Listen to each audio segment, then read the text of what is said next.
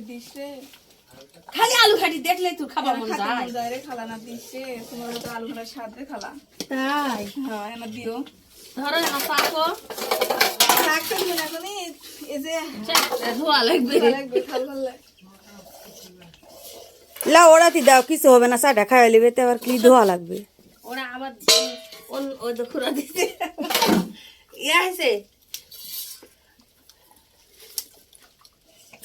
হয়ে গেছে মনে হয়, এসব কত গাড়ি করবেন,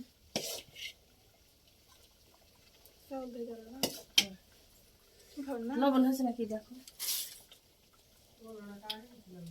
লেওরে তোমরা খাওয়াছেন, আমরা জিবাত পানি চলে আসিছে। ওরে বাবা তে আসো রে, খাও রে।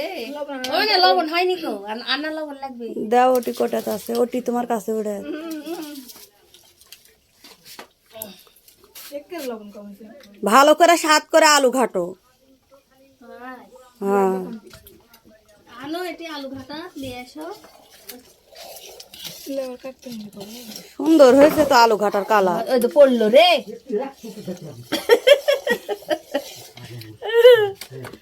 আলু ঘাট পারলে আগে তো লালে লাল হয়ে গেছেন রে।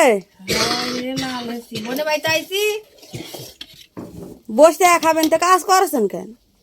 এবার না এটা দেখো দিনি দিমা এটা খানা ঘুরে। আজকে বোনের বাড়িতে আসছি, আর বোনের বাসাতে এসে দেখি অনেক অনেক রান্না করছে আমার বোন। আমার বোন গরিব মানুষ ভাই, যা পারছে অনেক অনেক দেশি মোরগ রান্না করছে।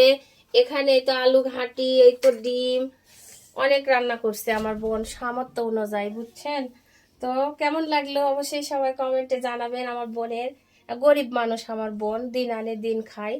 এই তো দেখেন অনেক রান্না করছে।